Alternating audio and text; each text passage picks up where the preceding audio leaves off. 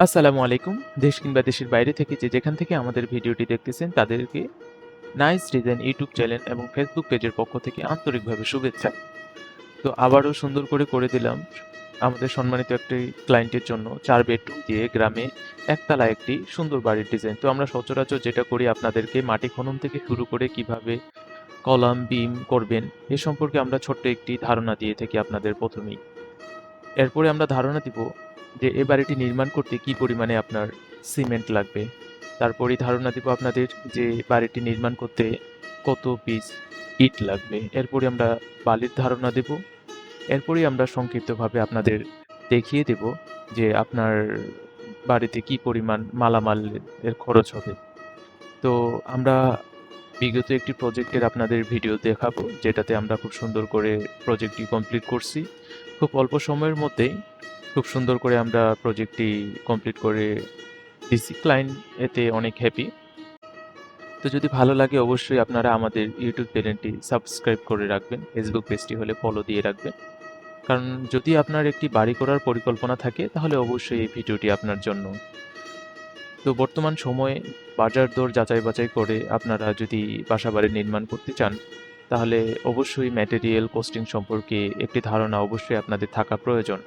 একটি বাসা স্বল্প কোনো ক্ষণস্থায়ী পরিকল্পনা না। এটি একটি দীর্ঘস্থায়ী পরিকল্পনা। বিশেষ করে আপনার ৭০ থেকে ৮০ বছরের যে পরিকল্পনা, সেখানে অবহেলা করার কোনো অবসরই নাই। যেখানে আপনার মাস্ট বি যেটিই আপনি করবেন, সেটি আপনাকে উত্তম এবং সর্ব উত্তম যেটি ম্যাটেরিয়াল সেটাই আপনাকে প্রয়োগ করতে হবে। তো আমরা বাসাবাড়ি নির্মাণ করি আমাদের সারা জীবনের কষ্টে অর্জিত টাকা, সেটা দিয়ে আমরা বাসাবাড়ি নির্মাণ করি। তো আপনার সেই সারা জীবনের কষ্টে অর্জিত টাকাই হোক আমাদের সফলতার গল্প। আমরা চাই যে আপনি সারাদিন অক্লান্ত পরিশ্রম করার পর যেখানে আপনি একটি শান্তির জন্য বা একটু রেস্ট করার জন্য যেখানে দীর্ঘস্থায়ী একটি অবস্থান করবেন, ম্যাক্সিমাম সময় যেখানে আপনি থাকবেন আপনার বাসাতে, সেটি যেন আপনার মনের মতো হয়। বাসা নির্মাণের পর অনেক ক্ষেত্রেই দেখা যায় যে রুম ছোট হয়ে গেছে, তাদের কিছু ফার্নিচার জায়গা হচ্ছে না। একটি বেড বসার পর অপোজিট পাশে একটি ক্যাবিনেট বা একটি সোফা বসাবে, এর কোনো জায়গা হচ্ছে না।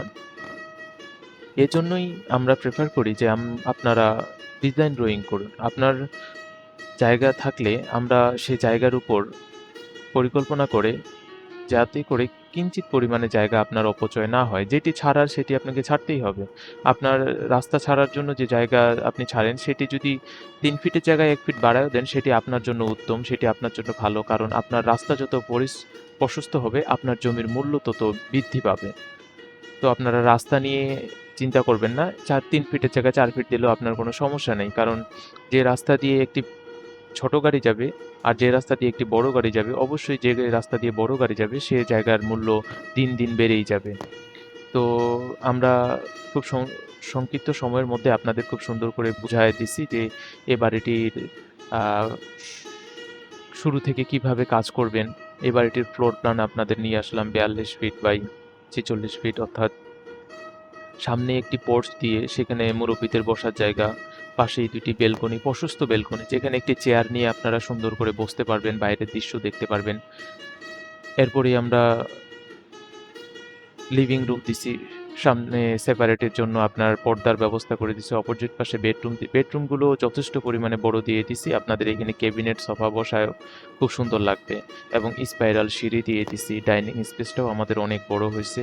একটি অ্যাটাচ টয়লেট, একটি কমন টয়লেটের সাথে বেসিন এবং বেডরুম যদি আপনারা চান আরেকটি অ্যাটাচ করা যাবে। এক কথায় ৪ টি বেডরুম দিলে যথেষ্ট, কিন্তু আমরা এখানে একটি কমন বেডরুম দিয়ে দিছি যেটি গেস্টের বা যদি আপনাদের একটা ছেলে বড় থাকে তাহলে তার জন্য এটি যথেষ্ট এনাফ।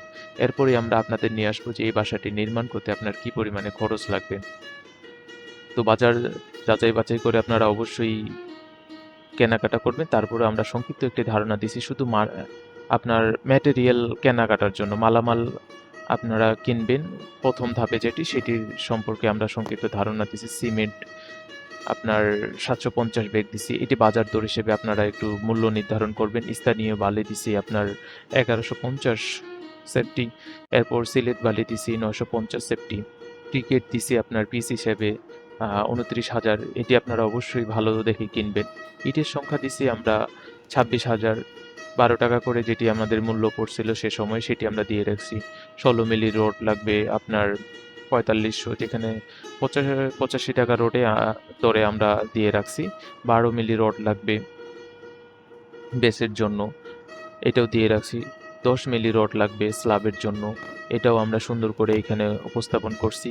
রিংয়ের জন্য ১০ মিলি রড লাগবে, সেটিও আমরা উপস্থাপন করছি। এবং বেসের জন্য সর্বশেষ যেটি ৮ মিলি রড। এক কথায় আপনাদের খুব অল্প সময়ের মধ্যে যে ম্যাটেরিয়ালগুলো আপনার লাগবেই একান্তই, সে সম্পর্কে আমরা সংক্ষিপ্ত একটি ধারণা দিছি। তো যদি আপনাদের বাসা নির্মাণের জন্য পরিকল্পনা থাকে, তবে ২২ লক্ষ থেকে ২৬ লক্ষ টাকার মতো আপনার এখানে লেগে যাবে। তো যদি আপনাদের কাছে এরকম হাতে টাকা থাকে তাহলে আপনারা কাজ শুরু করে দিতে পারেন ইনশাআল্লাহ।